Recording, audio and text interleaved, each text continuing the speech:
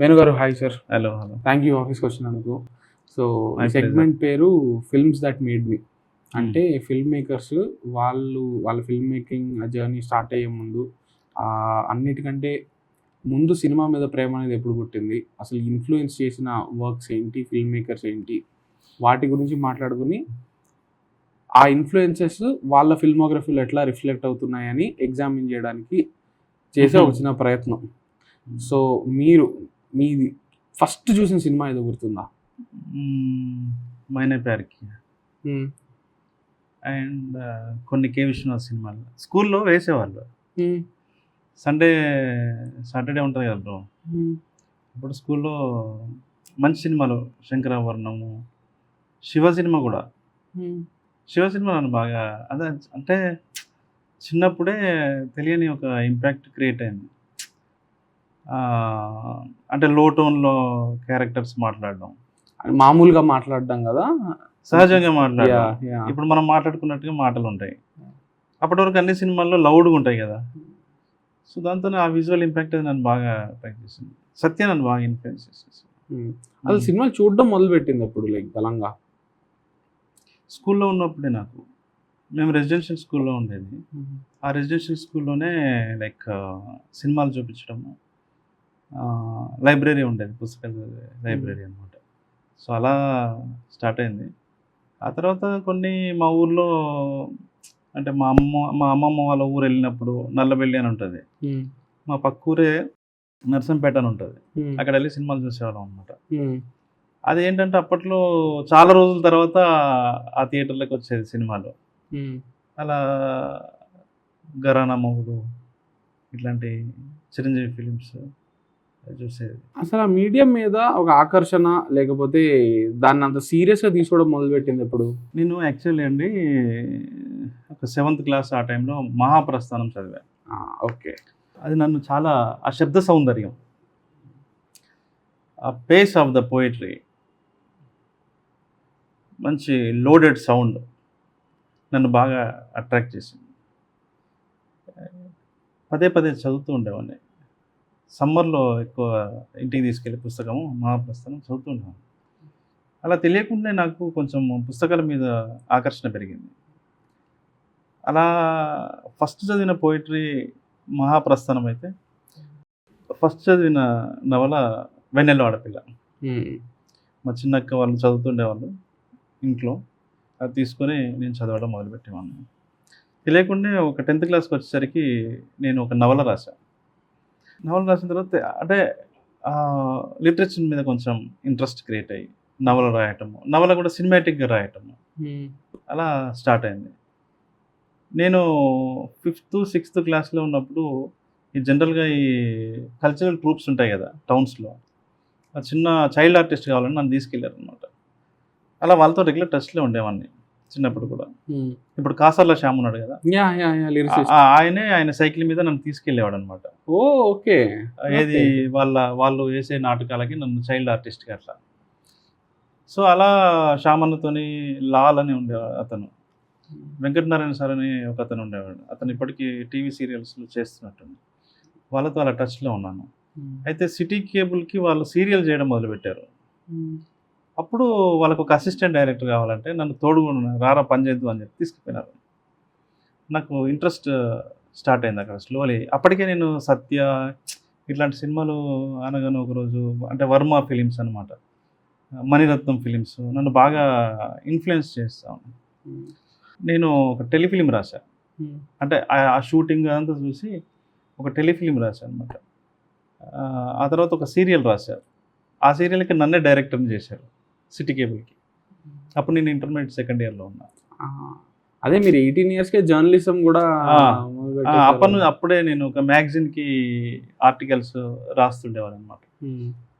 So అలా నాకు తెలియకుండా విజువల్ మీడియా మీద నాకు ఇంట్రెస్ట్ క్రియేట్ అయింది. మరి ఆ టైంలో సీరియల్ రాయాలనే ఆలోచన నాకు ఎందుకు వచ్చిందో తెలియదు, బట్ రాశాను. దానికి మూలము ఈ శనివారం నాది అని మల్లాది వెంకటకృష్ణమూర్తి నవల ఉంటుంది. ఓకే. మల్లాది వెంకటకృష్ణమూర్తి చాలా మంచి నావలిస్ట్. అందులో ప్రోటాగనిస్ట్ ప్రతి శనివారం ఒక మర్డర్ చేస్తుంటాడు. అది నన్ను బాగా అట్రాక్ట్ చేసింది. మళ్ళీ సినిమాటిక్ ఐడియా యాక్చువల్లీ. సినిమాటిక్ ఐడియాలు నన్ను బాగా ఇన్ఫ్లుయెన్స్ చేసేది. ఇప్పుడు వెన్నెల ఆడపిల్ల కూడా చాలా సినిమాటిక్. ఆమె ఫోన్లలో మాట్లాడుతుంటుంది, ఎవరో తెలియదు, చివరికి ఆమె చనిపోతుంది ఆమెను రీచ్ అయినప్పుడు, హీరో రీచ్ అయినప్పుడు. అట్లా సినిమాటిక్ ఐడియాలు నన్ను అలాంటి సినిమాటిక్ రిచ్ ఐడియాస్ నన్ను బాగా ఇన్ఫ్లుయెన్స్ చేసేది. అయితే ఆ ఈ శనివారం నాది అనే నవల తీసుకొని నేను ఆ ఇన్స్పిరేషన్తో నేను ఒక సీరియల్ 6 ఎపిసోడ్ సీరియల్ చేశాను. మన దాంట్లో ఏంటంటే మన దాంట్లో కూడా మర్డర్స్ చేస్తుంటాడు హీరో. కానీ కారణాలు వేరు, ఎందుకు చేస్తున్నాడు ఏంటి అనేది that's a story. I was the director. నన్ను ఎలా నమ్మారో నాకు అర్థం కాదు. అసలు అప్పటి వరకు నాకు ఏం తెలియదు. 16 ఏళ్ళు ఉంటాయా? అంతే, 16 ఇంటర్మీడియట్ సెకండ్ ఇయర్ అంటే అంతే. అసలు ఎలా నమ్మారో నాకు తెలియదు.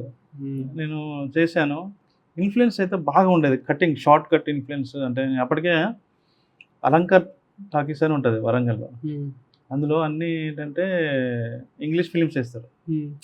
ఇంగ్లీష్ ఫిలిమ్స్లో కొంచెం న్యూడ్ సీన్స్ ఉంటాయి కదా, అవి అలాంటి సినిమాలే తెచ్చేసేవారు అన్నమాట. మంచి మంచి సినిమాలు అందులో చూసాను నేను. నాకు తెలియదు అది మంచి సినిమా అని. ఓకే. మా ఫ్రెండ్స్ అంతా ఇంటర్మీడియట్ ఫస్ట్ ఇయర్లోనే స్టార్ట్ అయింది. మేము ఆ సినిమాలోకి వెళ్ళేవాళ్ళం అన్నమాట. మా వాళ్ళంతా ఆ సీన్ ఎప్పుడు వస్తుందో చూసేవాళ్ళు. అంటే ఒక లిప్ కిస్ స్టార్ట్ అయిందంటే ఇక నెక్స్ట్ మిగతా పోర్షన్ స్టార్ట్ అయిందని ఇట్లా చూసేవాళ్ళు. కానీ నేను వాటితో పాటు ఆ విజువల్స్కి, షార్ట్ కట్టింగ్కి, అంటే డిగ్నిటీ, రిచ్నెస్, విజువల్ రిచ్నెస్, దానికి నేను అట్రాక్ట్ అవుతుండేవాడిని. ఈస్థెటిక్స్కి కథ అర్థమయ్యేది కాదు కానీ తెలియని ఒక అనుభూతి నన్ను పొందుతుండేవాడిని. ఆ ఇన్ఫ్లుయెన్స్తోనే ఆ సీరియల్ చేసిన కానీ ఆ పిచ్చి నన్ను ఇంకా వెంటాడుతూ ఉంది. అలా నేను డిగ్రీ ఫైనల్ ఇయర్ ఉన్నప్పుడే ఎగ్జామ్స్ రాయకుండా హైదరాబాద్కి వచ్చేసాను. సో అప్పుడు అలా అక్కడ నుంచి నేను విజువల్ మీడియానే, సినిమా మీద నాకు బాగా ఇంట్రెస్ట్ పెరిగిపోయింది. సినిమాల్ని చూసే కోణం కూడా కొంచెం చేంజ్ అయిందనమాట. అదే మీకు టర్కోవ్స్కీ, క్రిస్టోఫ్ కిస్లోవ్స్కీ ఇన్ఫ్లుయెన్స్ అన్నీ ఉన్నాయి కదా మీకు. అది ఎట్లా స్టార్ట్ అయిందంటే చెప్తా. నాకు వాళ్ళు ఎవరు తెలియదు. నాకు సినిమా ఫిలిం మేకర్ అంటే నాకు ఓన్లీ రామ్ గోపాల్ వర్మే. నాకు ఎవరిది నాకు అంత లేదు. తర్వాత మణిరత్నం అంటే ఆబ్వియస్లీ ఉంటుంది. నేను ఇక్కడ వచ్చిన తర్వాత ఏమైందంటే హైదరాబాద్ ఫిలిం క్లబ్ అని ఒకటి ఉండే. ఆ ఫిలిం క్లబ్లో జాయిన్ అయినా. అందులో సాటర్డే సండేస్ జర్మనీ ఫిలిమ్స్, అంటే యూరోప్ ఫిలిమ్స్ వేసేవారు అనమాట. అట్లా స్టార్ట్ అయింది నాకు ఇరానియన్ ఫిలిమ్స్ చూడడము. టేస్ట్ అంటే డిఫరెంట్గా, అంటే అప్పటి వరకు నేను రాసుకున్న పిచ్చి పిచ్చి ఇవన్నీ చింపేసి ఓకే సినిమా ఇట్లా కూడా తీయచ్చు అనే ఒక మంచి టేస్ట్ షేప్ అవుతూ వచ్చింది నాలో. దానికి తోడు నేను సాహిత్యం నుంచి అంటే చదవటం ఎక్కువ ఉంటాయి. దానివల్ల నాకేంటంటే ఈ లిటరేచర్తో ఏంటంటే నాకు కొంచెము మనుషుల్ని అర్థం చేసుకోవడము, అంటే మనుషుల్ని చూసే విధానము బాగా అర్థమైంది. అది నాకు హెల్ప్ అయింది సినిమాకి. ఎలా రాయడంలోనా? లేదు, మనం సినిమాని చూసే విధానం ఓకే. స్లోగా అది ఎవాల్వ్ అవుతూ వచ్చింది అనమాట టేస్ట్.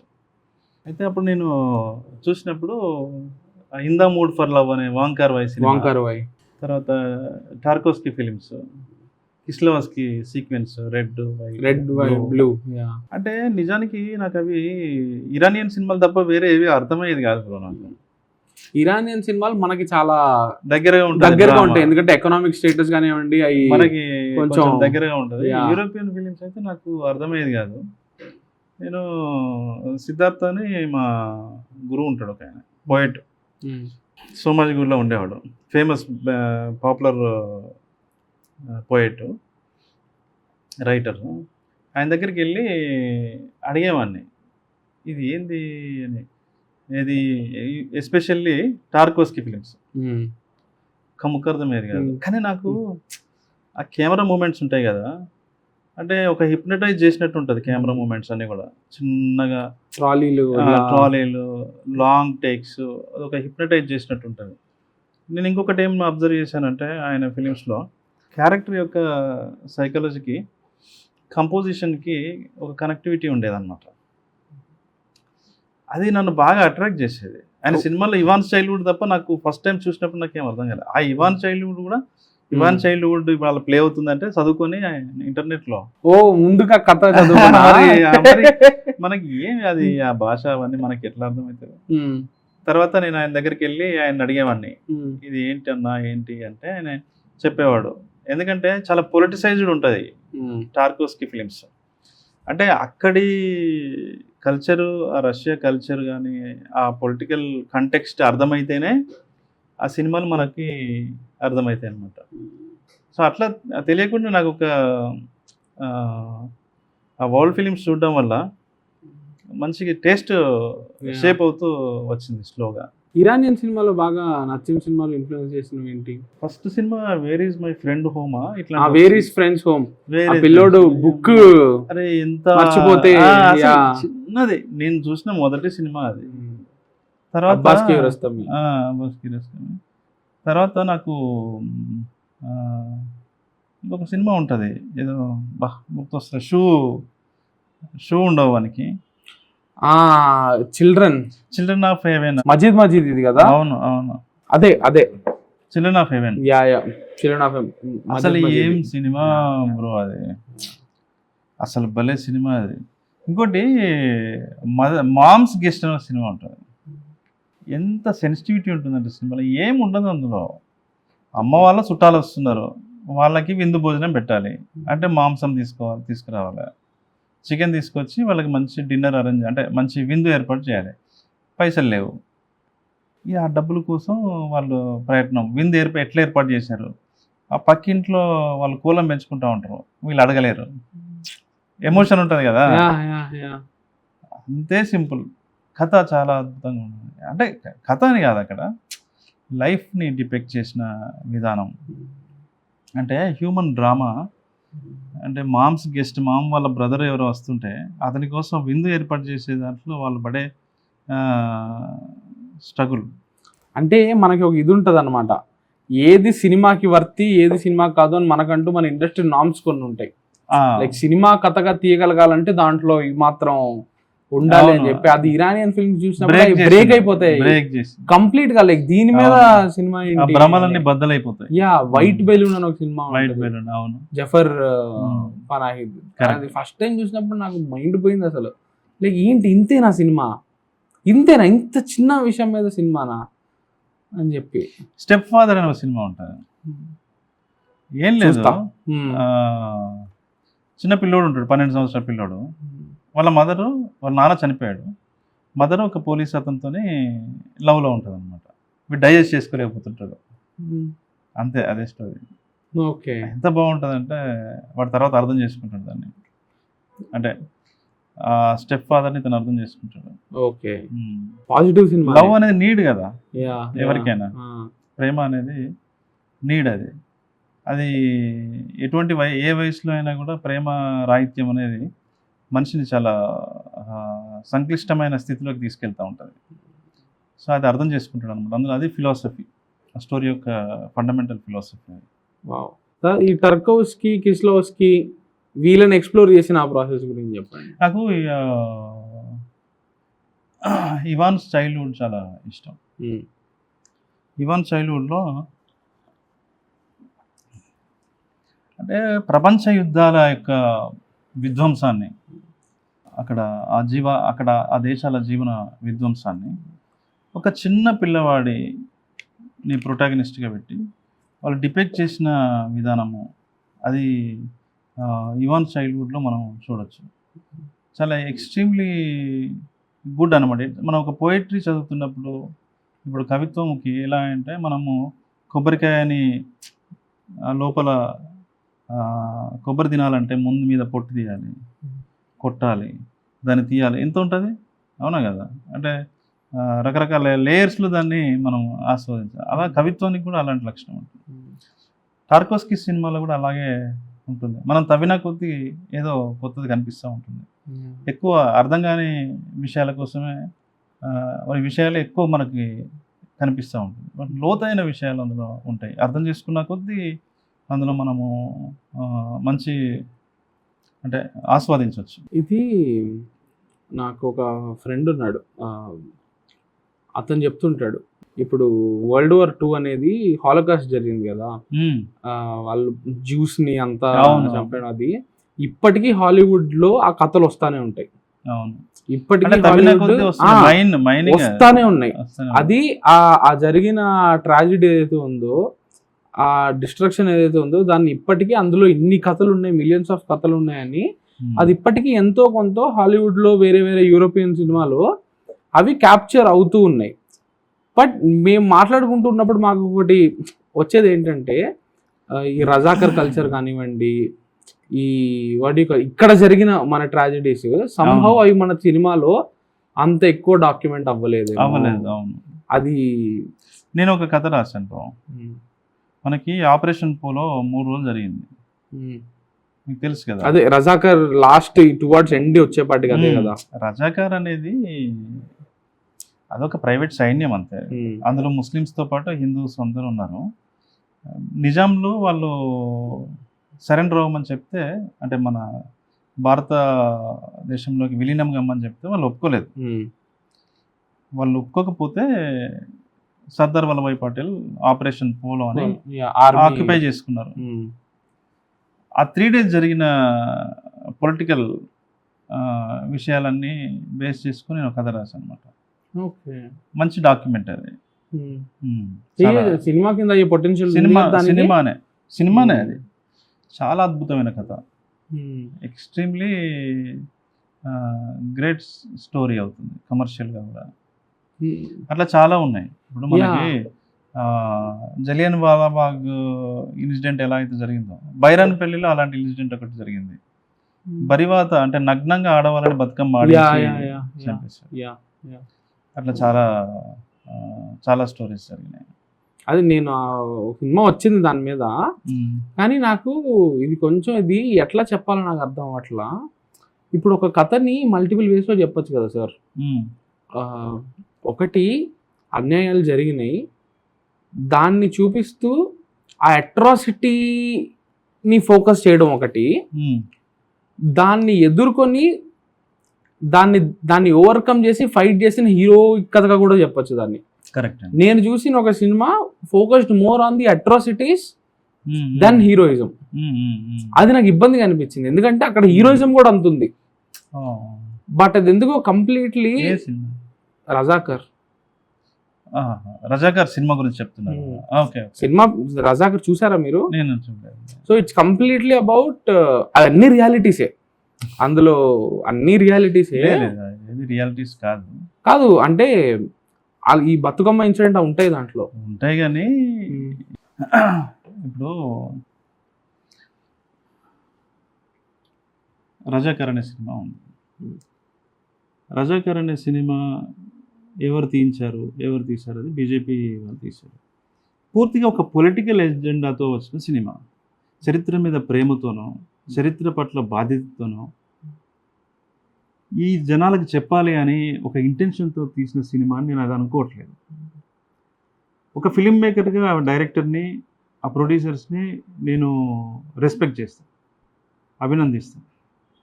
కానీ వాళ్ళు తీసిన కంటెంట్ మీద నాకు చాలా అభ్యంతరాలు ఉన్నాయి. తీపిచ్చింది బీజేపీ పార్టీ వాళ్ళు. వాస్తవానికి BJP party, Telangana BJP party వాళ్ళ పట్ల నాకంత కోపం కానీ దురుద్దేశం ఉండదు. ఎందుకంటే చెప్తా, తెలంగాణ బీజేపీ కార్యకర్త ఈక్వల్ టు నార్త్ కమ్యూనిస్ట్, ఇక్కడ అంత ప్రోగ్రెసివ్గా ఉంటారు. నాకు ఇక్కడ వెరీ క్లోజ్ ఫ్రెండ్స్ బీజేపీ వాళ్ళు ఉన్నారు ఇక్కడ, అందరు చాలామంది ఎమ్మెల్యేలు కూడా నాకు బాగా క్లోజ్.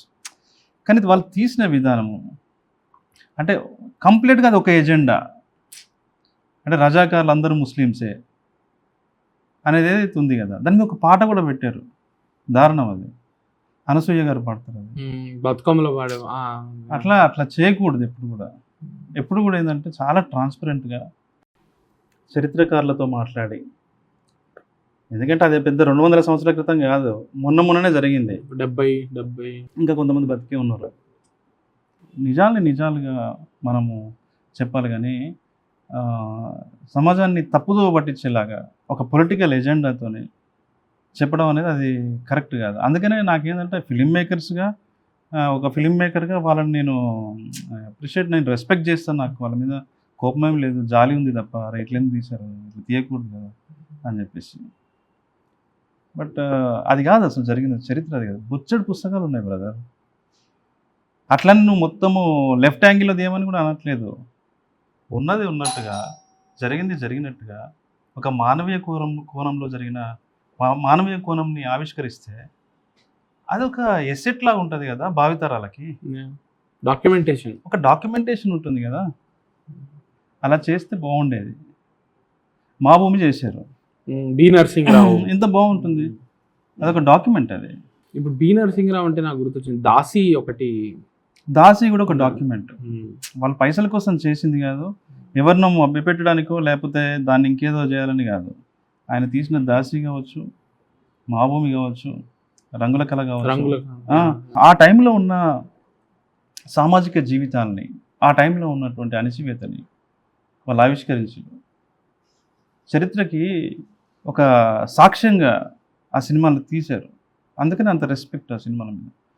మా భూమి ఎంత మంచి సినిమా అది.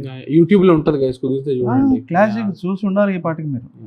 ఆయన మన డైరెక్టర్ వచ్చి మంచి ఇష్టమైన డైరెక్టర్ ఆయన, బెంగాల్ శ్యామ్ బెనగల్ కాదు, సత్యజిత్ రే కాదు.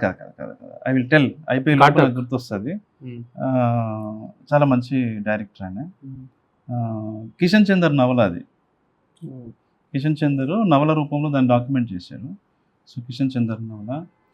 శ్యామ్ బెనగల్ కూడా చాలా మంచి అంకుర్ సినిమా. అప్పుడున్న దొర వ్యవస్థని, అప్పుడున్న బానిసత్వాన్ని, లేకపోతే అప్పుడున్న సోషల్ ఇష్యూస్ని రకరకాలుగా ఆయన రకరకాల సినిమాల ద్వారా డిపెక్ట్ చేశారు. ఇది నేను దాసి చూసినప్పుడు నాకు అన్నిటికంటే సర్ప్రైజింగ్గా అనిపించింది ఏంటంటే, it is literally like life అంతే. దానికి ఒక స్ట్రక్చర్ అన్నట్టు, లైక్ ఇప్పుడు సినిమా క్లైమాక్స్ కాబట్టి మనం ఒక సినిమాటిక్ పే ఆఫ్ ఇవ్వాలని అలా ఏం ఉండదు.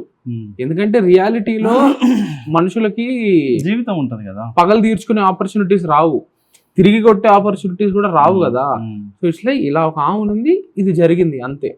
దాని తర్వాత ఆవిడకు జీవితం ఉంటుంది, అదంతా ఉండొచ్చు, కానీ సినిమా అక్కడతో అయిపోద్ది. కరెక్ట్. నాకు ఆ లాస్ట్ షాట్ నా మైండ్ లో అసలు ఆవిడకి అబార్షన్ జరిగేటప్పుడు ఒక ఇది చూపిస్తుంటారు, రూఫ్ కి ఉండే ఒక బాక్స్ లాగా, అది లాస్ట్ కి ఒక యాంగిల్లో పెడితే ఆ అల్ట్రాసౌండ్ స్కాన్ ఉంటది కదా, అలా మారుతుంది అది లాస్ట్ కి.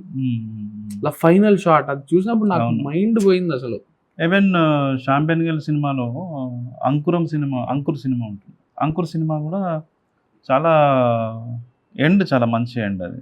అందులో ఎవరైతే పని ఆవిడ ఉంటుంది కదా, ఆమెకి పిల్లలు ఎవరు, ఓపెనింగ్ సీనే వాళ్ళ భర్త ఆమె పోచమ్మని మొక్కుకుంటుంటారు. ఓకే, వచ్చే బోనాల పండుగ కల్లా మా కడుపులో ఒక కాయ కాయాలి మీ దయతోని, అలా నేను గర్భం దాలిస్తే కోండికి వస్తాం, కళ్ళు శాఖ వస్తాం అని మొక్కుంటారు. అది ఫస్ట్ సీన్. స్లోలీ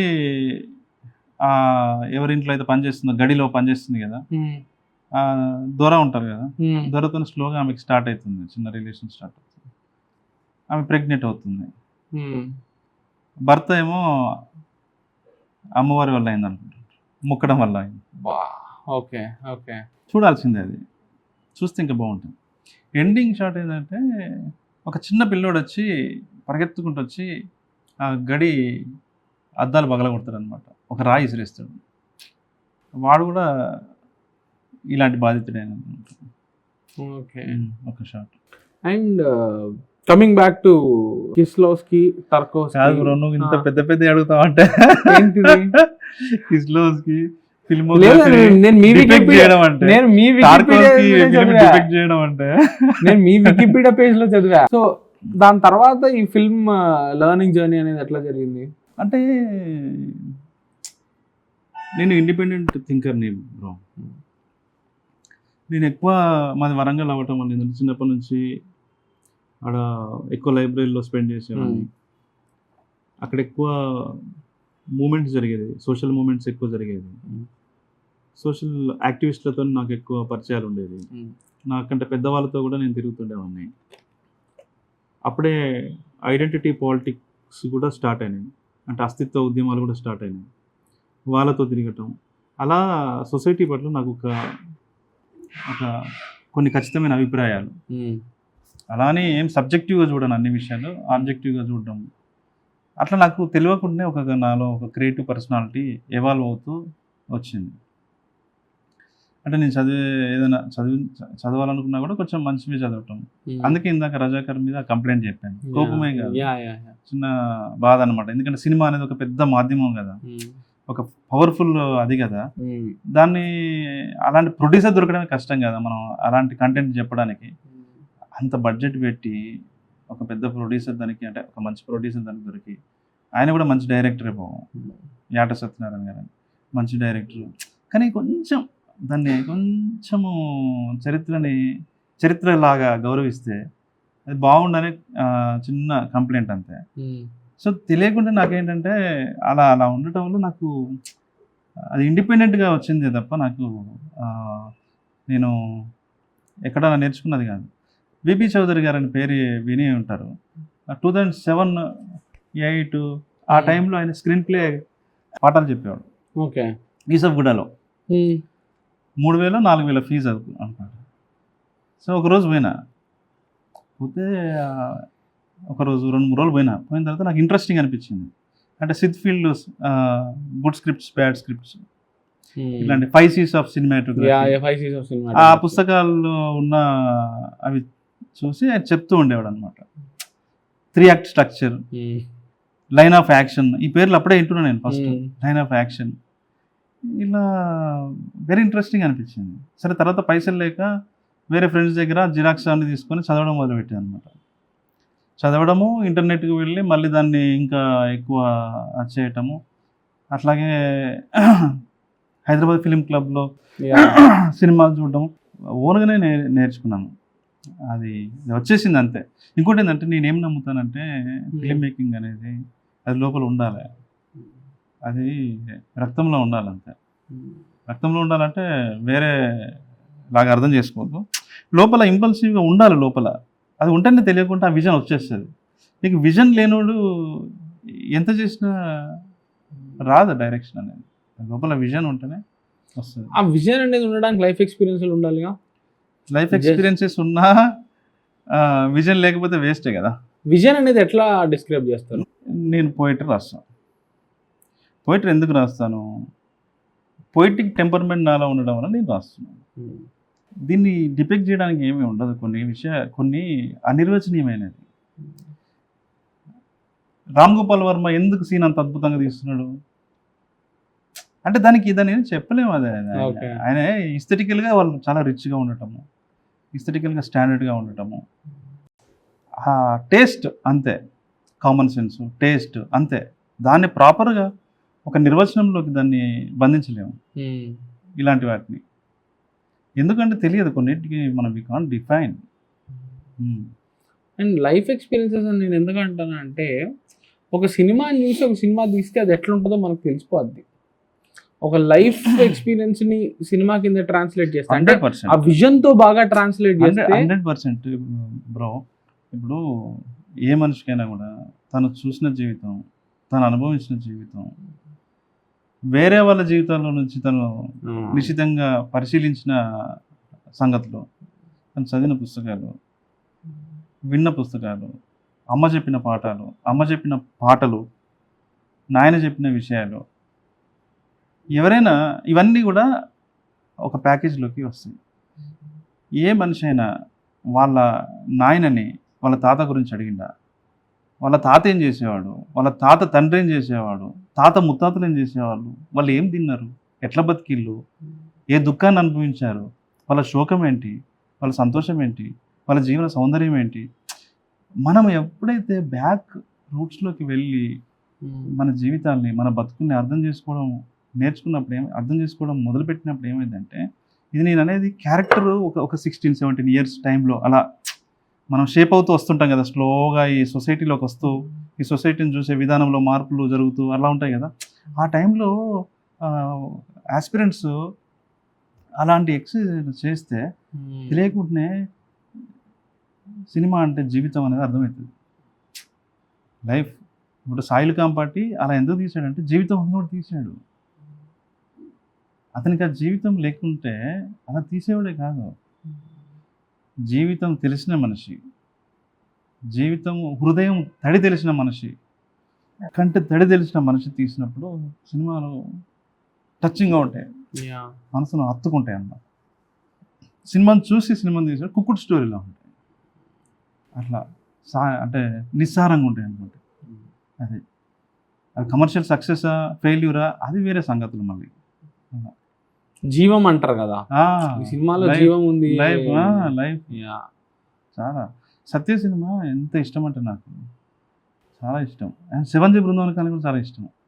సెల్వరాఘవన్ నేను ఇప్పటికి కూడా నేను నమ్ముకోండి, నేను రాసే ప్రతిసారి సత్య సినిమా చూస్తా, okay 7G Brindavan colony cinema చూస్తా, అసమర్థుడి జీవయాత్ర పుస్తకం చదువుతా. అసమర్థుడి జీవయాత్ర త్రిపురనేని గోపిచంద్ రాసింది. కొన్ని సీన్స్ ఉంటాయి, శ్మశానం సీన్, దాని గురించి చెప్పండి. ఆ పుస్తకం గురించి. అసమర్థుడి జీవయాత్ర అనేది 1940s ఇంకా ఎర్లీగా త్రిపురనేని గోపిచంద్ గారు రాసిన పుస్తకం. అది ఒక అసమర్థుడి యొక్క జీవయాత్ర. అందులో కథ ఏమీ ఉండదు. సొసైటీ నామ్స్కి తను వేరేలాగా ఉన్నాడు, సొసైటీలో ఇమడలేక తను వేరేలాగా ఉన్నాడు. ఇప్పుడు ఈయన సొసైటీ నామ్స్ని అర్థం చేసుకొని సొసైటీతో పాటు ఇతను ముందుకెళ్ళాలా, లేకపోతే సొసైటీ అంత వేరేలాగా ఉంది, ఇది బక్వా సొసైటీ అని అసమర్థుడిలాగా ఉండాలా? ఓకే, ఫర్ ఎగ్జాంపుల్ మనము రైల్వే స్టేషన్కి రైలు ఎక్కడానికి వెళ్ళాము. ఒక 50 మంది అక్కడ టికెట్ల కోసం కొట్టుకుంటా ఉన్నారు. నువ్వు రైలు ఎక్కిపోవడం అనేది ఇంపార్టెంట్. అక్కడ 50 మంది కొట్టుకుంటున్నారు, ఏం మనుషులు వీళ్ళంతా, మనుషుల పశువుల అని వాళ్ళని తిట్టుకుంటూ కూర్చుంటే రైలు వెళ్ళిపోతుంది. నువ్వు జీవితంలో కోల్పోవాల్సిందంతా నువ్వు కోల్పోతావు. దీన్ని చాలా లేయర్డ్గా చాలా విషయాలు సబ్టెక్స్ట్లో ఆ నవలలో ఉంటుంది. అందుకని ఇప్పటికి కూడా నాకు చాలా ఒకటి శ్మశానము సీన్ ఒకటి ఉంటుంది. నువ్వు ఆ సీన్ ఏంటో అడగక, నాకు గుర్తులేదు, కానీ దాని ఆత్మ నాకు ఎప్పుడు నన్ను భద్రంగా అలా ఉంచుతుంది అనమాట. ఆ సీన్లోని ఎప్పుడు నేను ముందుకెళ్ళాలన్నా కూడా నేను అది చదువుతా. ఇప్పుడు నీది నాది ఒకే కథ సినిమాలో అదే మైండ్ లో నడుస్తుండే, ఆ మోనోలాగే నడుస్తుండే. నీది నాది ఒకే కథ సినిమాలో నాన్నతో మాట్లాడేది, వాడు సందిగ్ధ పడుతుంటాడు, మన కాన్ఫ్లిక్ట్ ఉంటుంది కదా, వాడు స్ట్రగుల్ అవుతుంటాడు కదా, సొసైటీకి అందులో వెళ్ళలేక అటు వెళ్ళలేక ఫాదర్ ఇలా. సో అలా చాలా 7G బృందావన్ కాలనీ కూడా బాగా చూస్తాం. ఇందుకే నచ్చింది 7G బృందావన్ కాలనీ. ఆ సినిమా దీన్ని బాగా క్యాప్చర్ చేస్తుంది. ఏం చెయ్యాలో లైఫ్ ఒక కన్ఫ్యూజన్ స్టేట్, దాన్ని అది చాలా అందరికీ ఎదురవుతుంది కదా, అది ప్రతి మనిషికి ఎదురవుతూ ఉంటుంది. అంటే ప్రతి ఒక్కరి జీవితంలో అది అలాంటి ఒక ఫేజ్ని మనము చూస్తాం. ఇంకోటి ఏంటంటే అవి సినిమాలుగా పనికొస్తాయని మిగతా ఫిల్మ్ మేకర్స్ అనుకుండొచ్చు, అనుకోకపోవచ్చు, కానీ సెల్వరాఘవన్ దాన్ని ఆ ఫ్రేమ్లోకి తీసుకొచ్చాడు కదా, ఆ టెంప్లెట్లోకి తీసుకొచ్చాడు కదా, అది చాలా బాగా నచ్చింది. అదే వాడు ఆ సినిమాలో అసలు ఏ రకంగానూ ఒక లైకబుల్ ప్రొటాగనిస్ట్ కాదు. వాడికి పాటలు పాడడం రాదు, క్రికెట్ ఆడడం రాదు, ఏది రాదు, నాకు ఏది రాదు అనిత అని అంటాడు కదా ఆ డైలాగ్ ఒకటి. అంటే అన్నీ రావటం ఎంత సహజమైనదో మనిషికి ఏది రాకపోవడం కూడా సహజమైన విషయమే. దాన్ని వేరేలాగా చూడవలసిన అవసరం లేదు. అది చెప్పాడు. అది కూడా నార్మలే, అది కూడా నార్మల్ ఒక ఫేజ్ లో వాడు మారుతాడుగా, వాళ్ళు ఉన్నదాన్ని ఎక్స్ట్రాక్ట్ చేస్తా ఆ క్యారెక్టర్. నీకు స్త్రీ ప్రేమ నిన్ను ఉన్నతుని చేస్తుంది, పురుషుణ్ణి.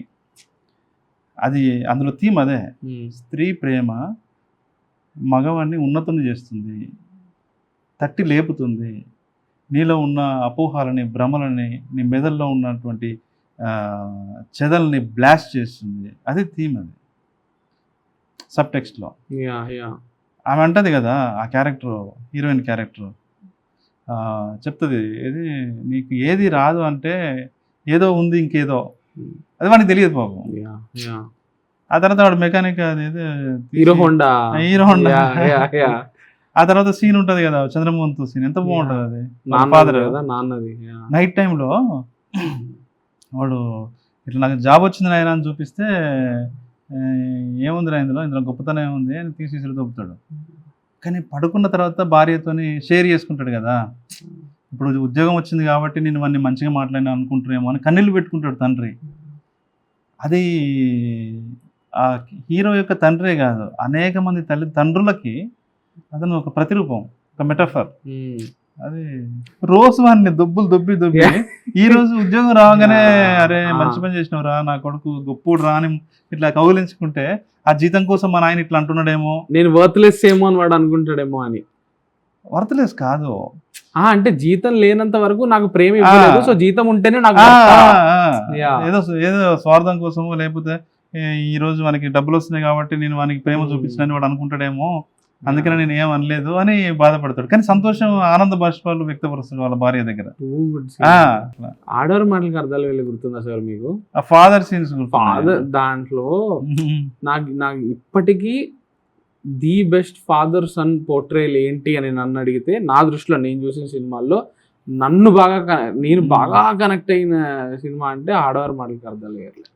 దాంట్లో కోట శ్రీనివాసరావు గారికి వెంకటేష్ గారికి ఆ క్యారెక్టర్లు అది ఉంటాయి ఆ సీన్లు అసలు చాలా బాగుంటాయి. అసలు ఉద్యోగం వచ్చాక స్కూటర్ నడుపుకుంటూ వెళ్తుంటారు అనమాట. నువ్వు రేపటి నుంచి ఇంకా రెస్ట్ తీసేసుకున్నాను, నువ్వు ఇంకా రేపటి నుంచి ఉద్యోగానికి వెళ్ళొద్దు అంటే ఆయనకి ఇగో ట్రిగర్ పై కొడతాడు. అంటే ఏంట్రా ఇప్పుడు ఇన్ని రోజులు నేను పనిచేసి సడన్ గా నీకు జీతం వస్తే ఇదైపోయావా అని చెప్పి. ఇంకో సాంగ్ లో కొన్ని మాంటాజులు ఉంటాయి అన్నమాట. ఇతను బట్టలు కొనిస్తాడు నాన్నకి, ముందర వద్దు అని చెప్పి పెట్టేస్తాడు, తర్వాత వేసుకుని ప్రౌడ్ గా మా అబ్బాయి కొనిచ్చాడు అని చెప్తుంటాడు. So Selvaraghavan, I get it, Selvaraghavan is too good, very very good writer. Yeah, ఈ యొక్క స్క్రిప్ట్ రాస్తుంటే ఇప్పుడు ఆ సబ్ టెక్స్ట్, ఆ పాలిటిక్స్ అనేవి ఆటోమేటిక్ గా వచ్చేస్తాయా? మీకు ఒక విషయం చెప్తా, నీది నాదొక కథలో కూడా సోషల్ కామెంట్ ఉంటుంది, విరాటపర్వంలో కూడా సోషల్ కామెంట్. విరాటపర్వం కొంచెం ఫ్రంటల్ గా ఉంటది, అది పొలిటికల్ కంటెస్ట్ లో ఉంటుంది. ఒక లవ్ స్టోరీ లాగా డీల్ చేసినా కూడా మనం we can't avoid that political politics. అంటే నేను ఎగ్జాక్ట్లీ రాజకీయం అట్లా అన్నట్లా సోషల్ కమెంటరీ అని అంటున్నా, సొసైటీ పాలిటిక్స్ అలా కూడా అనుకోవచ్చు. అయితే ఈ కథ ఒకటి రాస్తున్నప్పుడు మన ఐడియాలజీ ఏది ఇందులో కనిపించద్దు అనుకున్నాం మేము. ఎందుకు అనుకున్నా నేను అట్లా, ఇలా రావద్దు, అవి అవసరం లేదా అని అనిపించింది ఈ కథకి. అవసరం లేనప్పుడు మనం అందులో చూపించాం అనుకోండి, మన వాయిస్ అన్నెసెసరీగా మనం అందులో క్యారెక్టర్లతో త్రో చేసినట్టు ఉంటుంది కదా. కానీ తెలియకుండానే వచ్చేసింది, చాప కింద నీరు లాగా అలా వచ్చేసింది. మనకి ఎప్పుడు కూడా ఏంటంటే మన మన మన ఆలోచనలు, మన ఐడియాస్, మన ఐడియాలజీ, ఇది ఏదైతే మనకి స్ట్రాంగ్గా ఉంటుందో, మన టెంపర్మెంటే మన సినిమా, వేరే ఏం కాదు. అవి ఉన్నప్పుడు ఏంటంటే తెలియకుండా ఒరిజినాలిటీలో తెలియకుండా అది వచ్చేస్తుంది అంతే. ఇప్పుడు నేను మొన్న మేము ఏదో సీన్ రాసాము, మా వాళ్ళు చాలా పొయిటిక్గా ఉందన్నారు, ఎవరిని ఏమో నిజంగా పొయిటిక్గా ఉందనిపించింది. అది తెలియదు, అది సహజంగా అట్లా వచ్చేస్తుంటుంది, మనకు తెలియకుండా వచ్చేస్తుంది. మనం ఎప్పుడైనా కావాలని మనం పెడితే అది కృతకంగా ఉంటుంది కదా, మరి అతికిచ్చినట్టు ఉంటుంది కదా. క్యారెక్టర్ మాట్లాడాల్సిన అవసరం లేకుండా మాట్లాడుతుంది అని అంటే అది డైరెక్టర్ మౌత్ పీస్ లాగా ఉంటుంది, క్యారెక్టర్ కనిపిస్తుంది అక్కడ, వేణువుడుగులా ఉంటుంది. ఎగ్జాక్ట్లీ అదే. అంటే ఒక సొసైటీలో సెట్ అయిన ఒక కథ రాస్తున్నామంటే ఆటోమేటిక్ గా అవి సిపిన్ అయిపోతాయి. అంటే రాసేవాడిని బట్టి డిపెండ్ అయి ఉంటుంది ఆ కథ. రాసే ఆ కథకుడు యొక్క జీవన నేపథ్యం కూడా అందులో రిఫ్లెక్ట్ అవుతుంది. కథకుడు ఈ సొసైటీని చూస్తున్న విధానం ఏంటి, కథకుడి యొక్క పొలిటికల్ ఇంట్రెస్ట్లు ఏంటి, అన్నీ కూడా అందులో రిఫ్లెక్ట్ అవుతాయి, సహజంగా రిఫ్లెక్ట్ అవుతుంది. రాజువేడ్ సాంబయ్య వచ్చింది కదా, దాంట్లో స్టాండ్ అవుట్ అయిన అంశం ఏంటి అంటే, లైక్ సినిమా ఇష్యూస్ ఉన్నాయి నాకు అదంతా ఓకే, కానీ బట్ ఈ ఒక్క విషయం సినిమా నన్ను ఎక్కడ షేక్ చేసిందంటే అది రియల్గా జరిగిందా అనే ఒక థాట్. లైక్ ఒక మనిషి అనేవాడు ఎట్లా ఒకటి ఇంత ఇన్హ్యూమన్గా ఎట్లా చేయగలిగాడు, అది రియాలిటీలో జరగడం ఏంటి అని నాకు మైండ్ పోయింది. అండ్ దాని నుంచి ఇప్పుడు ఒక కథ వచ్చింది, ఒక డైరెక్టర్కి ఒక లైఫ్ వచ్చింది. అట్లాంటి కథలు చాలా జరుగుంటాయి కదా. అవును. అసలు అందరు అంటారు సినిమాలో చాలా వైలెన్స్ ఉంది, సినిమా వైలెన్స్ చూసి సొసైటీ పాడైపోతుంది, యూత్ పాడైపోతుంది, అది ఇదని. నిజానికి మాట్లాడుకోవాలంటే ఒక నార్మల్ న్యూస్ పేపర్, ర్యాండమ్గా న్యూస్ పేపర్ ఓపెన్ చేసి క్రైమ్ న్యూస్ దాంట్లో చదివితే సినిమాలో చూపించే వైలెన్స్ కంటే చాలా ఎక్కువ వైలెన్స్ ఉంటుంది దాంట్లో. ఇప్పుడు ర్యాండమ్గా ట్విట్టర్ స్క్రోల్ చేసుకుంటూ ఉంటే కొన్ని పేజెస్ ఉంటాయి కదా, సిటిజన్ జర్నలిజం పేజెస్, దాంట్లో వాళ్ళు రిపోర్ట్ చేసే న్యూస్లు, దాంట్లో వాళ్ళు రిపోర్ట్ చేసే ఘోరాలు భయంకరంగా ఉంటాయి. అవి రియల్లీ సినిమాలో అంత పోర్ట్రే చేయలేము. లైక్ ఒక పిల్లోడు మెంటలీ అన్స్టేబుల్ ఉన్న ఒక పర్సన్ అమ్మని చంపేశాడని, పేరెంట్స్ని చంపేసిన కథలు, హస్బెండ్ వైఫ్ని పిల్లల్ని చంపే భయంకరంగా ఉంటాయి అవి. ఎంత సినిమాలో చూపించవచ్చు, లేకపోతే ఇటువంటిది ఒకటి సినిమాలో పోర్ట్రే చేయాలంటే అది ఆ క్రైమ్ని దాటి ఇంకేదన్నా ఉండాలా దానికి. Should it talk about the society? దాన్ని మీరు ఎట్లా చూస్తారు? ఇది సంఘటనలాగా మనము సినిమాలో పోర్ట్రేట్ చేస్తే వేస్ట్. మనదైనా ఒక కామెంటరీ ఉండాలి ఆ సంఘటన మీద, సబ్ టెక్స్ట్లో ఉన్నప్పుడు అది కథకు పనికి వస్తుంది. నేను ఒక ఎగ్జాంపుల్ చెప్తాను. కాసేపు రాజు వెడ్స్ రాంబాయ్ గురించి పక్కన పెడదాం. జస్ట్ ఎగ్జాంపుల్, అది వచ్చింది అంతే. ఆదిలాబాద్ జిల్లాలో ఒక ట్రైబల్ ఏరియాలో టేకు లక్ష్మి అనే అమ్మాయిని, గిరిజన అమ్మాయిని అత్యాచారం చేసి ఆమె యోనిలో కారం కొట్టి ముక్కలు ముక్కలుగా నరికేశారు. ఆమె ఒక ఆదివాసీ మహిళ. ఓకే, అది ఏ మీడియా కూడా దాన్ని కవర్ చేయలే. ఏ ఒక్క మీడియా దాన్ని కవర్ చేయలేదు, దానికి ప్రచారమే రాలేదు. కొంతమంది, నాతో పాటు కొంతమంది దాన్ని ట్విట్టర్లో పెట్టారు. సేమ్ టైంలో మన రంగారెడ్డి జిల్లాలో శంషాబాద్ దగ్గర ఒక అమ్మాయిని 4 వ్యక్తులు రేప్ చేసి కిరోసిన్ పోసి తగలబెట్టారు. గుర్తుంది కదా మీకు ఇన్సిడెంట్? మళ్ళీ వాళ్ళని ఎన్కౌంటర్ చేశారు. 2-3 years బ్యాక్ అనుకుంటుంది, corona before I think. Same టైంలో జరిగింది. కానీ ఇక్కడ ఈ ఇన్సిడెంట్కి ఆ ఇన్సిడెంట్కి పెద్ద తేడా ఏం లేదు. తేడా ఉన్నదల్లా ఇది మెయిన్ స్ట్రీమ్ ఇన్సిడెంట్ అయింది. ఏది ఇక్కడ జరిగింది. ఈ ఇన్సిడెంట్ పట్ల ధర్నాలు చేశారు, పౌర సమాజం అంతా స్పందించింది, ర్యాలీలు చేశారు. ఇమ్మీడియట్లీ గవర్నమెంటు దాని మీద ఒక ఆఫీసర్ని పెట్టారు. ఆ ఆఫీసరు సజ్జనార్ కావచ్చు. ఆ ఆఫీసరు ఇన్స్టెంట్ న్యాయం అనే దాని పేరు మీద ఎన్కౌంటర్ చేశారు. ఎన్కౌంటర్ బూటకపు ఎన్కౌంటరా ఇంకే ఎన్కౌంటర్ అనేది మనము ఇక్కడ మాట్లాడడం కరెక్ట్ కాదు, కానీ చంపేశారు వాళ్ళని. ఓకే, కానీ ఇక్కడ న్యాయం జరగలే. నేను ఒక ఫిల్మ్ మేకర్గా ఈ 2 ఇన్సిడెంట్లను పెట్టుకొని నేను స్పందించి ఎందుకు ఈ ఇన్సిడెంట్కి ఎంత ప్రాముఖ్యత ఈ సమాజం ఇచ్చింది, ఈ గవర్నమెంట్ ఇచ్చింది, ఈ డిపార్ట్మెంట్ ఇట్లా స్పందించింది, ఎందుకు ఈ ఇన్సిడెంట్ని ఎవరు పట్టించుకోలేదు. ఇక్కడ ఒక స్త్రీనే, ఇక్కడ జరిగిన స్త్రీ అన్యాయం, ఈ స్త్రీకి జరిగిన ఏ అన్యాయం అయితే ఉందో అదే అన్యాయం ఈ అమ్మాయికి జరిగింది. కానీ ఈ కుటుంబానికి ఎందుకు న్యాయం జరగలేదు, ఈ కుటుంబానికి ఎందుకు న్యాయం జరిగింది అని నేను ఒక పర్స్పెక్టివ్లో నేను ఎగ్జాంపుల్ చెప్తున్నా. ఇప్పుడు మీరు అడిగారు కాబట్టి ఇప్పుడు నేను ఈ 2 ఇన్సిడెంట్లను బేస్ చేసుకొని ఒక కథ రాస్తే అది కథ అవుతుంది. అండ్ ఎందుకంటే అందులో సోషల్ కామెంటరీ ఉంది కాబట్టి, ఊరికే అలా ఇన్సిడెంట్ జరిగింది అని చూపిస్తే అది ఎందుకంటే చాలా రియల్ ఇన్సిడెంట్లను బేస్ చేసుకొని చాలా సినిమాలు వస్తుంటాయి. కానీ ఎందుకు అవి స్టాండ్ అవుట్ అవ్వవు అంటే బికాస్ ఆఫ్ అంటే ఆ కథకుడికి ఒక సోషల్ పర్స్పెక్టివ్ ఉంటే, ఒక సోషల్ కామెంటరీ, తనదైన కామెంటరీ ఉంటే అది న్యూస్లా కాకుండా ఒక సినిమా లాగా, ఒక హ్యూమన్ డ్రామా లాగా స్టాండ్ అవుట్ అవుతుంది.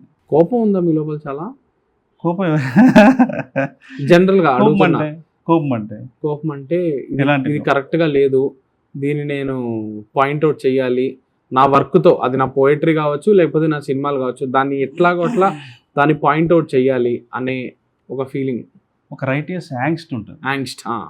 బాధతో కలిగిన ఒక రైటియస్ యాంగ్స్ట్ ఉంటుంది తప్ప అది ఒక వ్యక్తి మీద కానీ అట్లా ఉండదు.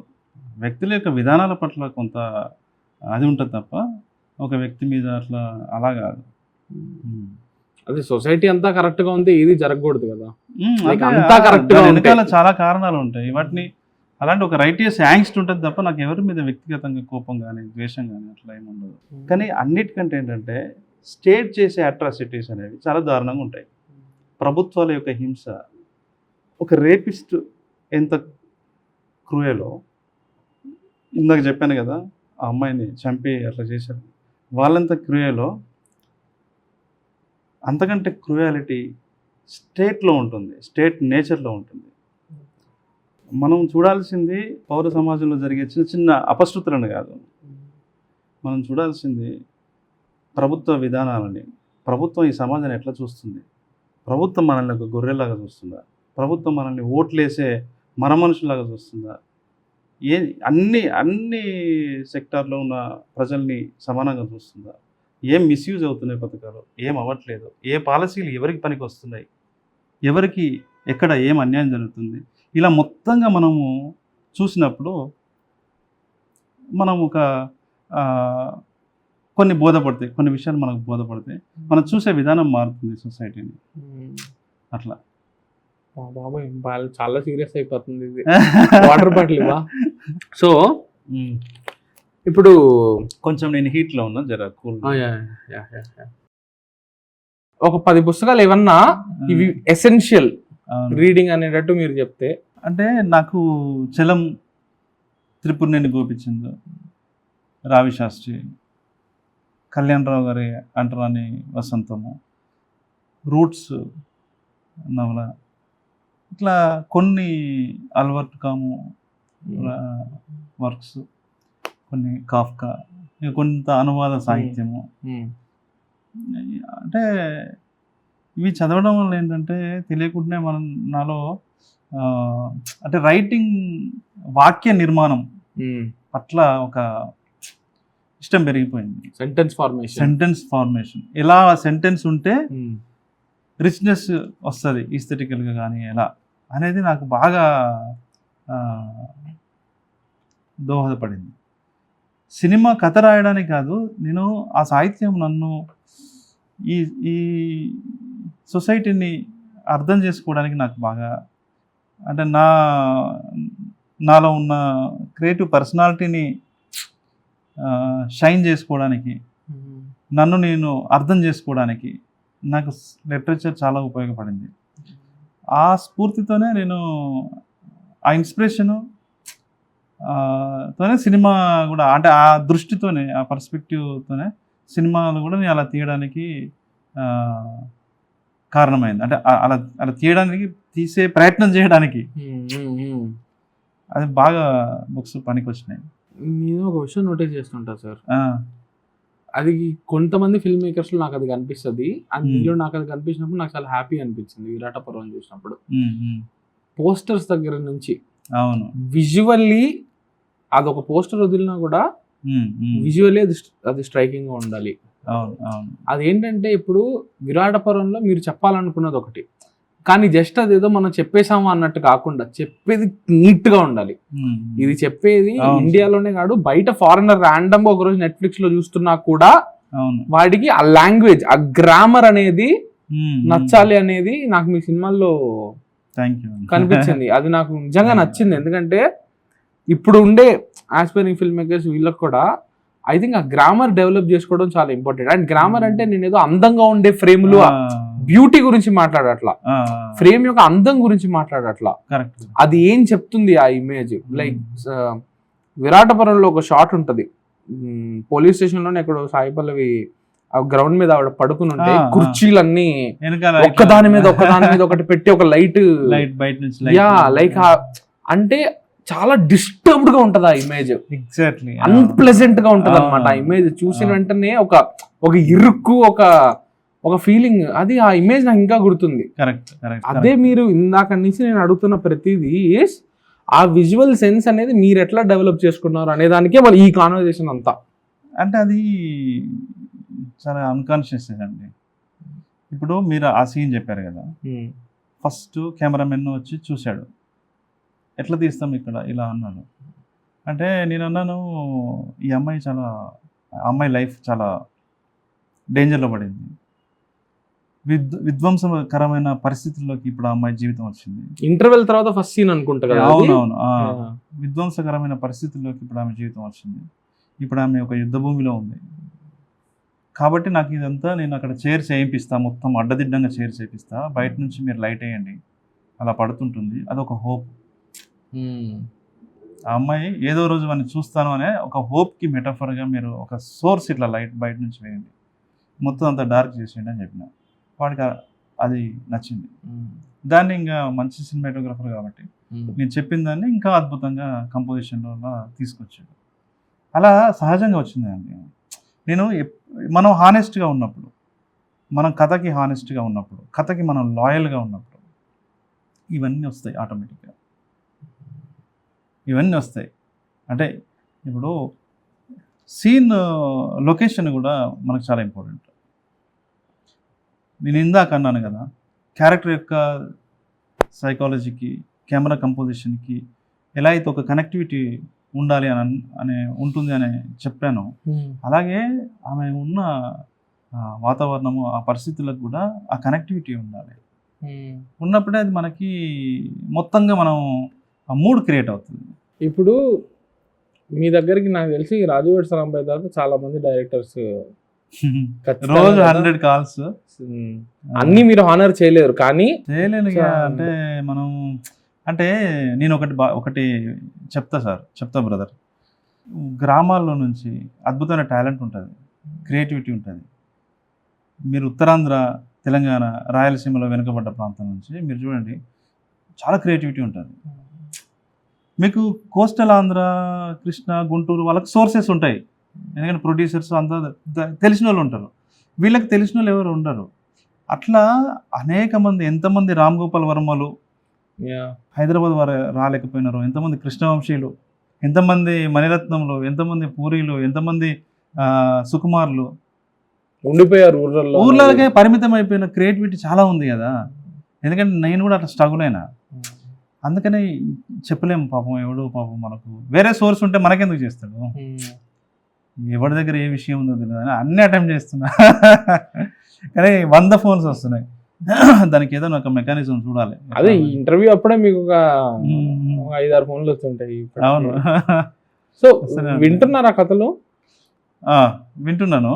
అంటే ఏంటి, నాకు ఒక డౌట్. ఇప్పుడు రాజువేడ్ సరాంబాయ్ ఒక షాకింగ్ పాయింట్ తీసుకున్నారు కాబట్టి అందరు మీ దగ్గర, నా దగ్గర ఇంతకంటే షాకింగ్ పాయింట్ ఉంది అని అలా వస్తున్నారా, లేకపోతే ఏంటి, ఎటువంటి కథలు వస్తున్నాయి? అది షాకింగ్ ఎలిమెంట్ లేకుండా షాకింగ్గా ఫీల్ అయ్యే బ్యాచ్ ఒకటి ఉంటుంది. కొంతమంది, చాలా మంది ఏంటంటే రాతోనే వస్తారు, చాలా రా మెటీరియల్ ఉంటుంది వాళ్ళ దగ్గర. అంటే ఒక మెయిన్ స్ట్రీమ్ సినిమాకి కావాల్సిన డైనమిక్స్ కానీ, ఆ స్ట్రక్చర్ కానీ అలా ఉండదు. సార్ మీరు కూడా పాపం మెయిన్ స్ట్రీమ్ అంటే ఎట్లా సార్ వాళ్ళకి? అంటే మెయిన్ స్ట్రీమ్ అంటే ఎట్లా అంటే, మెయిన్ స్ట్రీమ్ అనాల్సిందే కదా మెయిన్ స్ట్రీమ్ని. ఇప్పుడు రాజువేడ్ సరాంబాయ్ సినిమా ఉంది, ఇప్పుడు మెయిన్ స్ట్రీమ్లో పెద్ద సక్సెస్ అయింది కదా, కానీ వచ్చినప్పుడు మెయిన్ స్ట్రీమ్ కాదు కదా అది. అంటే మెయిన్ స్ట్రీమ్ అంటే మీరు దీన్ని రెగ్యులర్ టెంప్లెట్లో అర్థం చేసుకోవద్దు.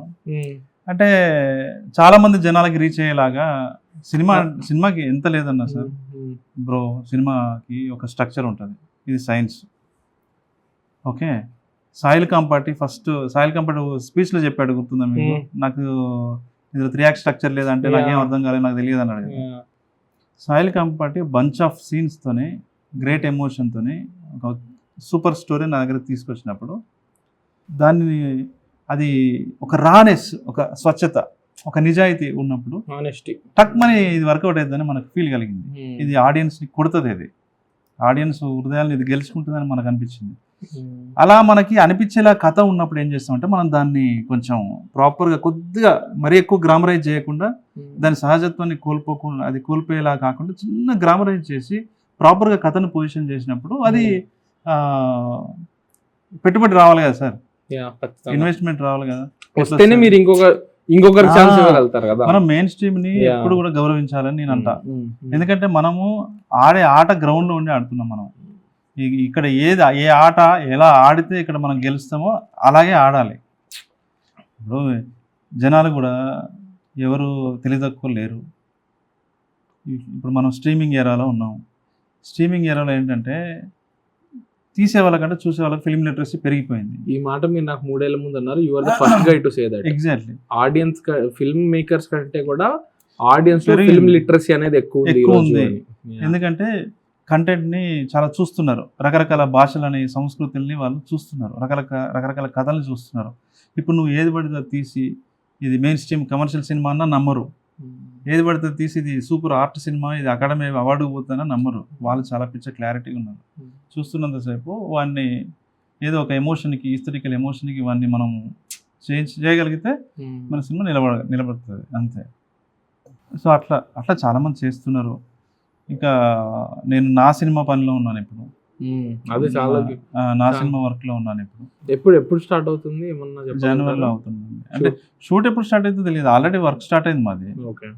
వర్క్ స్టార్ట్ అయింది. ఇంకా జనవరిలో అయితే ఎవరితో చేస్తున్నాము, ఏ హీరోతో చేస్తున్నాము అనేది జనవరిలో తెలిసిపోతుంది. ఓకే. మీరు రీసెంట్ టైమ్స్ లో చూసిన మంచి సినిమాలు లైక్ ఇది నాకు బాగా నచ్చింది అనిపించింది లైక్ మన తెలుగు ఫిల్మ్, తెలుగేనే కాదు జనరల్ గా రాజు వెడ్స్ రాంబాయ్. ఇది నిజంగా ఇప్పటిదాకా ఇది ప్రమోషనల్ ఇంటర్వ్యూ లాగా అనిపించాలా, సడన్ గా ఇప్పుడు ప్రమోషనల్ ఇంటర్వ్యూ అనిపిస్తుంది. తెలుగు కాకుండా చెప్పండి, చూస్తుంటారు అదే బట్ నాకు కోర్టు నచ్చింది. అంటే అది నాకు ఎప్పటి నుంచో దాని మీద ఉంది, ఒక గురి ఉంది. అరే దీని మీద చేయొచ్చు అనిపించింది నాకు. అన్యాయం కదా. ఇప్పుడు 18 సంవత్సరాలు ఒకరోజు ముందైతే ఎట్లా, ఒకరోజు 2 రోజులకి ఏంటి, ఇలా కొన్ని కాంప్లెక్సిటీ ఉన్న లాస్ ఉన్నాయి. నాకు వాటి మీద నాకు చాలా గురి ఉండింది. అండ్ అవన్నీ ఎక్స్ప్లాయిట్ కూడా అవుతుంటాయి. ఎక్స్ప్లెయిన్ ఇప్పుడు నువ్వు చెప్పినావు కదా, ఎక్స్ప్లెయిట్ అవుతుంటాయి. సరే మనం కాబట్టి దాన్ని వేరే రకంగా అర్థం చేసుకుంటాం. ఇప్పుడు వేరే వాడు అనుకోండి దాన్ని మొత్తం లాస్నే వ్యతిరేకిస్తాడు, ఆ సమూహాలనే వ్యతిరేకిస్తాడు కదా. వ్యతిరేకించకూడదు. అవును, వ్యతిరేకించకూడదు. ఉండడానికి ఒక రీజన్ ఉంది, చాలా సామాజిక కారణాలు వేరే ఉన్నాయి. అయితే నాకు అది వచ్చినప్పుడు నేను థియేటర్కి వెళ్ళి చూసా, బాగా చేశారు. మీ దగ్గరికి ఇప్పుడు ఒక కథను ఏదైనా తీసుకురావాలి అనుకుంటే మీ దగ్గరకో, లేకపోతే మీరు అన్నీ చేయలేరు కదా, వందలు మీరు చేయలేరు కదా, కానీ మీలాంటి ప్రొడ్యూసర్స్ దగ్గరకో ఎవరికైనా వెళ్ళాలి అనుకుంటే, అప్రోచ్ అవ్వాలి అనుకుంటే అది ఏ ఫామ్లో ఉండాలి, ఎట్లా వెళ్తే కరెక్ట్? నేను ఒకటి చెప్తా, చాలామందికి అసలు ఒక మెసేజ్ టైప్ చేయడం కూడా రాదు, నాకు కూడా వచ్చేది కాదు. నేను వాటిని అర్థం చేసుకుంటా. కానీ అంటే మనము ఒక ప్రొడ్యూసర్ని అప్రోచ్ అయినప్పుడు ఎలా అప్రోచ్ అవ్వాలి అని అప్రోచింగ్ విధానం కూడా తెలియదు పాపం చాలామందికి. అది ఇన్నోసెన్స్ లానే నేను చూస్తాను. ఒకటి పెడతాడు రోజు, అన్నా కెన్ ఐ మీట్ యూ, అన్నా కెన్ ఐ మీట్ యూ, అన్నా can I meet you, I have a good story. జీవితకాలం ఎప్పుడూ నేను వానికి టైం ఇవ్వలేను. నాకు ఏం ఇంట్రెస్ట్ వస్తుంది, ఒక్క మెసేజ్తోనే అవతలి వ్యక్తితోనే ఒక కనెక్షన్ ఫామ్ అవ్వాలి. అలా ఉండాలి మెసేజ్ టైప్ చేస్తే. రీజన్ ఎందుకు కలవాలనుకుంటున్నావు, కెన్ ఐ మీట్ యూ అని 10 రోజులు పెట్టాక ఎందుకు కలవాలనుకుంటున్నావు పెడితే స్టోరీ ఉంది అంటున్నాను. అంటే చాలా ఇన్నోసెన్స్, అమాయకత్వము, కమ్యూనికేషన్ స్కిల్స్ లేకపోవడం ఇట్లా ఉంది కదా. వాటిని నేను అర్థం చేసుకుని ప్రతిదీ అటెంప్ట్ చేస్తూ ఉంటాను ఒక్కోసారి. అలా కాకుండా స్ట్రైట్ ఫార్వర్డ్గా ఎందుకు నేను మిమ్మల్ని అప్రోచ్ అవ్వాలనుకుంటున్నాను, నా దగ్గర ఈ స్టోరీ ఉంది, మీరు ఓకే అంటే నేను పిచ్ డెక్ పంపిస్తా. స్టోరీ అబౌట్ అనేది కంపల్సరీ ఉండాలి. స్టోరీ అబౌట్ లవ్, లేదా జానర్ థ్రిల్లర్, లేకపోతే హ్యూమన్ డ్రామా ఉంటే మనకు అర్థమవుతుంది మనం ఆ జోనర్కి చేయాలనుకుంటున్నామా లేదా అనేది తెలుస్తుంది. Then send the pitch deck అంటే పిచ్ డెక్ పంపిస్తారు. అలా బ్రెవిటీ బేసికల్లీ కరెక్ట్గా చెప్పి. అసలు ఇప్పుడు ఎందుకు వీళ్ళందరూ ఇంత చాట్ జీపీటీలో నేను ఎలా అప్రోచ్ అవ్వాలి, ప్రొడ్యూసర్కి ఒక మెసేజ్ పెట్టాలి, టైప్ చేసి పంపమంటే సూపర్ టైప్ చేసి పంపిస్తుంది. వాళ్ళందరికీ యాక్చువల్లీ టాలెంట్ కూడా ఉండొచ్చు. అనేది వాళ్ళ కమ్యూనికేషన్ ఒకటే, వాళ్ళ టాలెంట్ మీద నాకు ఎటువంటి సందేహం లేదు. కానీ అప్రోచ్ అయ్యే విధానం కూడా రాక అలాగే పరిమితం అవుతారు చాలా మంది అంటున్నారు. ఇప్పుడు నేను అలాంటి దాంట్లో నుంచి నేను వచ్చి ఓవర్కమ్ చేసిన కాబట్టి ఇప్పుడు నేను అర్థం చేసుకుంటున్నా. ఇప్పుడు పెద్దోళ్ళు అయితే చేయరు కదా, టైం ఇవ్వరు, మెసేజ్ చూడరు ఎవరు పాపం. వాళ్ళకున్న టైం తలకాయ నొప్పులు వేరే ఉంటాయి అవి. అట్లా అందుకనే కొంచెము ఒక మెసేజ్ ఒకరిని అప్రోచ్ అయ్యేటప్పుడు తెలిసిన వాళ్ళనో చాట్ జీపీటీ ఉంది, చాట్ జీపీటీనో వాడుకొని ప్రాపర్గా చేసి ఒక ఇన్స్టానో లేకపోతే నా మెయిల్ ఐడి ఉంటుంది ఇన్స్టాలో, నేను నా మెయిల్ ఎప్పుడు చెక్ చూస్తాను, చేస్తారా మీరు? ఎవ్రీడే చెక్ ఓ చేస్తాను, సూపర్. ఓకే, ఎవ్రీడే నా మెయిల్ చెక్ చేస్తాను. ఇన్స్టా అవి సరిగా చూడగానే వాట్సాప్ చూస్తాను. అంతే. ఇంక ఇంటర్వ్యూ వచ్చాక ఇంకా మెయిల్స్ నాకు కూడా మెసేజ్లు వస్తాయి సార్, జస్ట్ హాయ్ అని ఉంటది అంతే. అంతే, నువ్వెవరో నాకు తెలియదు. మళ్ళీ ఒక రోజు కాదు, వాడు నువ్వు మళ్ళీ హాయ్ అని చెప్పే రోజు వరకు హాయ్ హాయ్ హాయ్ అంటే నువ్వు నమ్ముతున్నావు. ఒకడు I want to join assistant director, మీ దగ్గర నేను అసిస్టెంట్ డైరెక్టర్ జాయిన్ కావాలనుకుంటున్నాను, ప్లీజ్ టేక్ మీ ఏదో ఉన్నది. సేమ్ మెసేజ్ 3 ఏళ్ళ నుంచి పెడుతున్నాడు వాడు ఇన్స్టాలో. పాపం మీరన్నా కొంచెం కడికరించి కమిట్మెంట్ 3 ఏళ్ళు పెడుతున్నాడు అంటే 3 డెడికేటెడ్ గా అట్లా ఎంతమందికి పెడుతున్నాడు డైరెక్టర్స్ కి.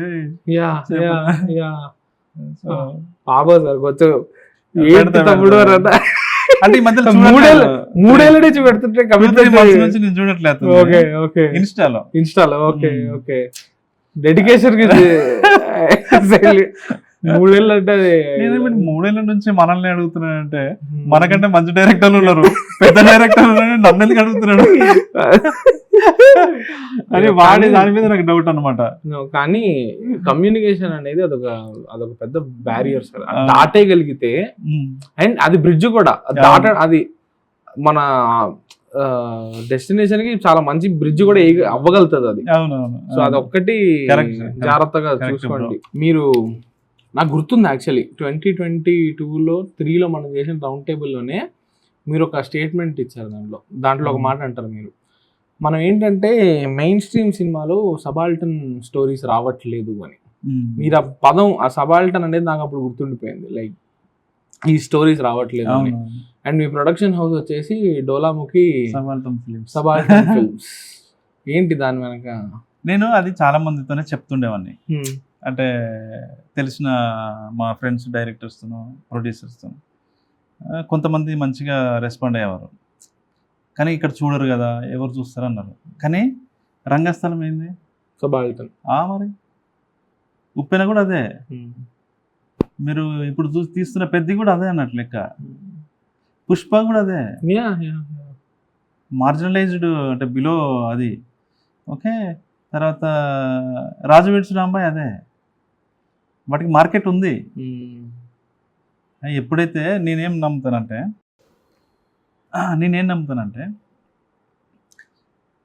అన్ని రకాల జీవితాలు తెర మీద కనిపించాలి, తెర మీద ఆవిష్కరించబడినప్పుడు, అన్ని ప్రాంతాల జీవితాలు తెర మీద కనిపించినప్పుడు డైవర్సిటీ వస్తుంది సినిమాలో. ఇప్పుడు ఒక డప్పు కొట్టేవాడి ఇంట్లో సినిమాని లొకేట్ చేస్తే, కథని లొకేట్ చేస్తే, అతని లైఫ్, అతని ఆహార సంస్కృతి, అతని పండుగలు, ఆ ఈస్థెటిక్స్ అన్నీ కూడా నీకు సినిమాలోకి వచ్చినప్పుడు కొత్తగా కనిపిస్తుంది. అలాగే ఒక బట్టలు నేసే చేనేత కార్మికుడి ఇంట్లో కథని లొకేట్ చేస్తే వాళ్ళ జీవన సౌందర్యం, వాళ్ళ ఆకలి, వాళ్ళ ఆవేదన, వాళ్ళ కష్టం, వాళ్ళ నష్టం, వాళ్ళ బాధ, వాళ్ళ పండుగలు, వాళ్ళ పర్వదినాలు, అవన్నీ కూడా కథలోకి వచ్చినప్పుడు. ఒక్క సెకండ్ పాజ్ చేయండి. మీరు 3 ఏళ్ల ముందు చెప్పారు సార్, అదే నాకు ఇప్పుడు గుర్తొచ్చింది. ఒక డప్పు కొట్టేవాడి కథ ఎందుకు తీయకూడదు అని 3 ఏళ్ల ముందు అన్నారు. యాక్చువల్లీ నాకు ఇప్పుడు గిర్రం తిరిగింది ఫ్లాష్ బ్యాక్. డప్పు కొట్టడం అప్పుడే వినున్నారు మీరు, రాజు వెడ్స్ రాంబాయ్. 3 years బ్యాక్ చెప్పారు ఇది. నేను అప్పుడే చెప్పాను. అంటే మనము ఎప్పుడైతే ఇట్లా అందరి మనుషుల యొక్క అందరి బతుకుల్ని, అంటే బీద మధ్యతరగతి, దిగువ మధ్యతరగతి, ఎగువ మధ్యతరగతి, పైసలు ఉన్నోళ్ళు, లేనోళ్ళు, వీళ్ళ జీవితాలు అన్నీ మనం తెర మీద కథల్లోకి లొకేట్ అయినప్పుడు డైవర్సిటీ వస్తుంది. అంటే సినిమా ఒక తమిళ సినిమా ఎందుకు అక్కడ లాగా మనల్ని తీయలేరు అని అంటారు కదా. మనం తీస్తే చూసేవాళ్ళు ఉన్నారు, ఇవాళ చూసలే కదా. అదొక సైకిల్ కదా, తీస్తే చూసేవాళ్ళు లేదు కాబట్టి తీయట్లేదు. అది లేదు, మీరు తీయట్లేదు కాబట్టి. అంటే మనం ప్రాపర్గా ఇప్పుడు మనము అలా అని కమర్షియల్ అప్పీల్ లేకుండా, మాస్ అప్పీల్ లేకుండా తీస్తే వర్కౌట్ అవ్వదు. దాన్ని ప్రాపర్గా ప్యాకేజ్ చేయాలి. మనం ప్రాపర్గా రంగస్థలం ఎంత ప్యాకేజింగ్ ఉంటుంది, పాటలు ఉంటాయి, ఫైట్లు ఉంటాయి, ఎంటర్టైనర్, ప్రాపర్ ఎంటర్టైన్మెంట్ ఉంటుంది, తర్వాత చాలా సోషల్ థీమ్ ఉంటుంది, ప్రాపర్ సోషల్ అది ఉంటుంది అందులో, స్ట్రాంగ్ థీమ్. సో అందుకనే నేను ఈ సబాల్టర్న్ కంటెంట్ని మెయిన్ స్ట్రీమ్లోకి తీసుకొస్తే అది దానికి మార్కెట్ ఉంది, అది వర్కౌట్ అవుతుందని నేను స్ట్రాంగ్గా బిలీవ్ చేసి అంటే ఇలా పెట్టాను. అంటే మనం సినిమా తీయాలంటే దానికి ఒక థీమ్ ఉండాలి, ఏది పడితే తీయకూడదు, మీనింగ్ఫుల్ సినిమా తీయాలని ఒక థీమ్ ఉండాలని చెప్పి సబాల్టర్న్ ఫిలిమ్స్ అని పెట్టాను. నాకు ఇప్పుడు నిజంగానే ఇది ఒక చాలా పెద్ద పే ఆఫ్ లాగా ఉందన్నమాట. ఎందుకంటే మీరు డప్పు కొట్టేవాడి కథలో డ్రామా ఉంది కదా అని చెప్పి 3 ఏళ్ల ముందు మా ఇంటర్వ్యూలో చెప్పారు. సో లేదు, మీరు దాకా చెప్పింది, ఇప్పటిదాకా మీరు చెప్పిన విషయం ఒక కోట్ రూపంలో దాన్ని మనం సమరైజ్ చేయొచ్చు. అదే నాకు మైండ్ లో ఇప్పుడే ఎతికి. అదేంటంటే అగైన్ క్రిస్టోఫ్ కిజ్లోస్కీ అన్నాడు స్టేట్మెంట్ ఏంటంటే, everybody's life is worth of scrutiny, has it secrets and dramas. Correct. ప్రతి ఒక్కటి జీవితంలోనూ ఎక్స్ప్లోర్ చేయాలనుకుంటే డ్రామా ఉంది. ప్రతి ఒక్కటి జీవితాన్ని మనం తెర మీద ఆవిష్కరించవచ్చు, దాన్ని ఎగ్జామిన్ చెయ్యొచ్చు, దాన్ని ఎక్స్ప్లోర్ చెయ్యొచ్చు. అండ్ ఈ కాన్వర్జేషన్ నుంచి మీరు చెప్పిన one of the many takeaways. Correct. So ఇంకోటి మన వాళ్ళు ఏమంటారంటే, ఒక మిస్కన్సెప్షన్ ఉంది, ఇప్పుడు ఆ మట్టి గోడల్ని పల్లెటూరు అది ఎవరు చూస్తారు కష్టాలు ఎందుకు, కానీ అట్లేం లేదండి. మనం ప్రాపర్గా ప్యాకేజ్ చేయాలి, స్టోరీలో ప్రాపర్గా పొజిషన్ చేస్తే సినిమా చూస్తారు, అట్లేం లేదు. Super, thank you sir, thank you. I really like this conversation. ఏదో సినిమాని ప్రమోట్ చేయాలి అటువంటి అజెండాస్ ఏం లేకుండా జస్ట్ కూర్చుని మాట్లాడుకోవడం నాకు నచ్చింది.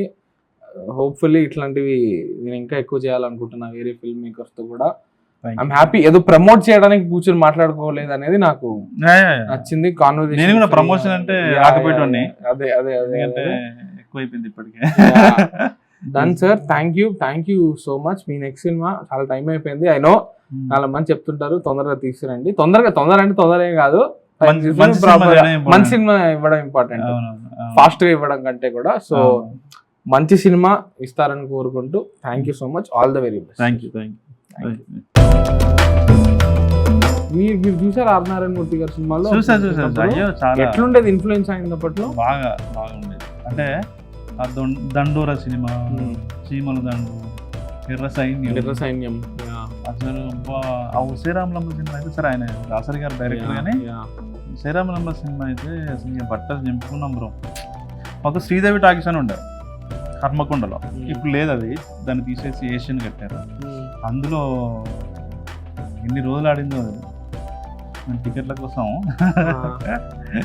పెద్ద యుద్ధాలు చేసేవాళ్ళం.